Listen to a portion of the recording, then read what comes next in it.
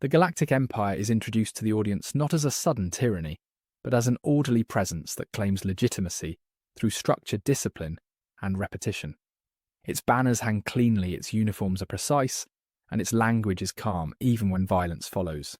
This aesthetic discipline is not incidental because it frames domination as stability and frames fear as normalcy. From the first street patrols to the largest fleet formations, the Empire teaches its subjects that power does not need to explain itself. What matters is that it is always visible, always watching, always present in the background of daily life. Across multiple Star Wars narratives, the role of stormtroopers is rarely to protect civilians in any meaningful way. Their patrols are slow, deliberate, and intimidating, prioritizing presence over engagement and control over assistance. They are not depicted helping lost citizens or resolving disputes, but instead standing still with weapons ready as symbols, rather than guardians. This transforms public space into a reminder of hierarchy where safety is replaced by compliance. The effect is psychological conditioning rather than security, because the message is not "we are here to help," but "we are here to be obeyed." Imperial enforcement operates through visibility rather than outcomes, which reveals a governing philosophy rooted in fear. The Empire does not need to arrest everyone because it understands the efficiency of selective punishment. By publicly disciplining a few, it encourages the many to self-regulate their behavior. This reduces resistance without requiring constant intervention and shifts the burden of control onto the population itself. Fear becomes economical, efficient, and scalable, making it the Empire's most reliable tool. One of the most insidious aspects of imperial control is how it fragments moral responsibility through procedure. Officers repeatedly defer to orders, protocols, and chains of command when confronted with the consequences of their actions. This creates a system where no individual feels accountable, even when the outcome is clearly harmful.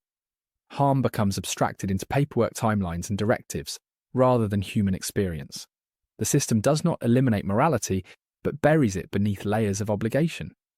This bureaucratic insulation is visible across imperial ranks from junior officers to senior commanders. Characters justify cruelty not by denying its existence, but by reframing it as necessity. Language becomes a shield as phrases like regulation, security, and compliance replace words like suffering or loss. This linguistic shift allows individuals to participate in oppression without confronting its reality. The Empire survives not because everyone believes in it, but because enough people stop questioning their role within it. Central to this process is the Empire's reliance on categorization to strip away individuality. Entire populations are reduced to labels such as rebel, sympathizer, non-citizen, or traitor. Once individuals become categories, they are easier to manage, punish, or erase. The emotional weight of harm disappears when the subject is no longer perceived as a person. This abstraction enables cruelty to function smoothly without requiring hatred, only indifference. Star Wars consistently shows how quickly violence escalates once categorization takes hold. A labeled group is no longer protected by empathy because their identity has been rewritten as a threat. This allows Imperial forces to act decisively, without hesitation or remorse. The system rewards efficiency over reflection and compliance over compassion. In this way, the Empire does not need widespread malice, only widespread disengagement. Fear under the Empire is not chaotic but curated. It is applied strategically and withdrawn selectively to maintain tension without collapse. Entire worlds may live under heavy enforcement while others experience relative calm, creating an illusion of fairness. This uneven application prevents unified resistance by keeping populations uncertain about their own vulnerability. The result is a galaxy that is anxious, fragmented, and cautious. Local leaders often recognize the injustice of imperial actions, yet comply regardless. They are trapped between their responsibility to their communities and the overwhelming power of central authority. Star Wars presents this not as cowardice, but as coercion. When refusal means annihilation, compliance becomes survival. This dynamic reveals how top-down power can force participation even without ideological alignment. The tragedy of this compliance lies in how it normalizes harm over time. Each concession becomes precedent, making the next one easier to justify. Local morality erodes not because beliefs change, but because resistance becomes impractical. The empire thrives in this space between belief and action. It does not need loyalty, only resignation. Imperial propaganda plays a critical role in sustaining this resignation. Threats are constantly exaggerated or manufactured to justify expanding control. Opposition is framed as existential rather than political, which eliminates nuance. When survival is at stake, any action can be defended. This framing transforms repression into defense and violence into responsibility. The Death Star itself is presented as a peacekeeping instrument rather than a weapon of terror. Its scale is justified as deterrence, its destruction framed as unfortunate necessity. By rebranding annihilation as stability, the Empire reframes moral outrage as irrational fear. This inversion is central to its control strategy. It teaches citizens to distrust their instincts and accept official narratives instead. Imperial strength is rarely directed at elites who benefit from the system. Instead, it falls disproportionately on farmers, refugees, and civilians with limited power. This selective enforcement preserves the loyalty of those insulated from harm while disciplining those most vulnerable. The imbalance reinforces hierarchy and discourages solidarity. Suffering becomes invisible to those who might challenge it. Obedience within the empire is rewarded through stability, access, and survival, while conscience is punished through exile, imprisonment, or death. Questioning authority is treated not as civic engagement, but as betrayal. This creates a culture where silence is safer than integrity. Over time, this silence becomes habit, and habit becomes identity. The system reproduces itself through fear-conditioned behavior. Star Wars repeatedly reminds the audience that legality does not equal morality. The Empire operates entirely within its own legal framework, enforcing laws it has written to justify its existence. This challenges the assumption that law inherently protects justice. Instead, it shows how law can be weaponized to legitimize harm. The Empire does not break the rules because it is the rules. The most unsettling aspect of the Empire is not its violence, but its normalcy. It functions smoothly, efficiently, and predictably, which makes it difficult to confront. Oppression does not arrive as chaos, but as order. By the time its consequences are undeniable, resistance is already dangerous. This is the quiet power of systems that govern through fear rather than consent, and it is why the Empire feels disturbingly familiar. As the Empire consolidates control, its rhetoric evolves from overt domination into a language of inevitability and necessity. Violence is no longer framed as conquest, but as prevention, and stability becomes the ultimate moral currency. The audience is shown how fear does not merely suppress resistance, but reshapes perception itself. Over time, people stop asking whether actions are right, and instead ask whether they are required. This shift marks the moment where control becomes internalized rather than enforced.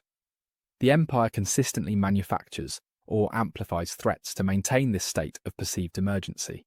Rebel cells are framed not as political dissidents, but as existential dangers to galactic order. This framing collapses all opposition into a single category that justifies extreme response. Nuance disappears because survival narratives demand simplicity. Once fear defines the conversation, any action becomes defensible. Within this logic, cruelty is rebranded as security, and restraint is dismissed as weakness. The construction of the Death Star is defended as a necessary deterrent rather than an act of terror. Its purpose is not debated in moral terms but in strategic ones. By shifting the discussion to efficiency, the Empire avoids confronting the cost. Destruction becomes abstract while peace is promised as a future reward. Star Wars repeatedly emphasizes how this promise is hollow. The threat of overwhelming force does not create peace but silence, and silence is mistaken for consent. Worlds comply not because they believe, but because resistance feels futile. The absence of open rebellion is used as evidence of success. In reality, it reflects exhaustion and fear rather than stability. Imperial propaganda reinforces this illusion by celebrating obedience as virtue. Citizens who comply are portrayed as responsible, while those who question are depicted as reckless or dangerous. This moral inversion trains people to associate conscience with chaos. Over time, self-preservation replaces ethical reflection. The system does not demand belief-only participation. Those who attempt to act on conscience are swiftly removed. Officers who hesitate are reassigned, demoted, or eliminated. Civilians who speak out vanish into prisons or labour camps. These removals are quiet, deliberate, and procedural. Their absence sends a message without requiring explanation. A recurring pattern in Star Wars is that Imperial punishment targets the vulnerable rather than the powerful. Farmers, workers, refugees, and peripheral worlds absorb the consequences of policy. Elites remain insulated, benefiting from proximity to authority. This imbalance preserves loyalty among those with influence, while discouraging unity among those who suffer. Division becomes a feature, not a flaw. This selective enforcement also obscures the true cost of imperial rule. Those who benefit rarely witness the harm directly. Suffering is distant, sanitized, and often denied. Without visibility, accountability dissolves. The system relies on distance as much as force. The Empire's legal framework completes this transformation by codifying injustice into law. Actions that would once be considered atrocities become sanctioned procedures. Arrests, relocations, and executions are legalized through imperial decree. The law no longer restrains power but validates it. Justice is redefined as compliance. Star Wars repeatedly challenges the assumption that legality equates to morality. By showing a regime that operates entirely within its own rules, the narrative exposes how systems can be internally consistent, yet fundamentally wrong. The Empire does not need to break its laws because it writes them to serve itself. This realization reframes rebellion not as criminality, but as moral resistance. What makes the Empire unsettling is how ordinary it appears to those within it. Life continues, markets function, and bureaucracy hums along.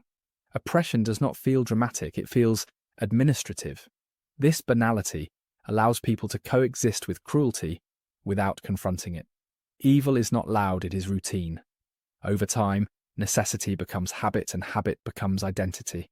Citizens raised under imperial rule learn its logic before they learn alternatives. Fear shapes expectations and limits imagination. Resistance feels abnormal, while obedience feels natural. The system perpetuates itself through conditioning rather than constant violence. The brilliance of Star Wars lies in how it presents this process without lectures.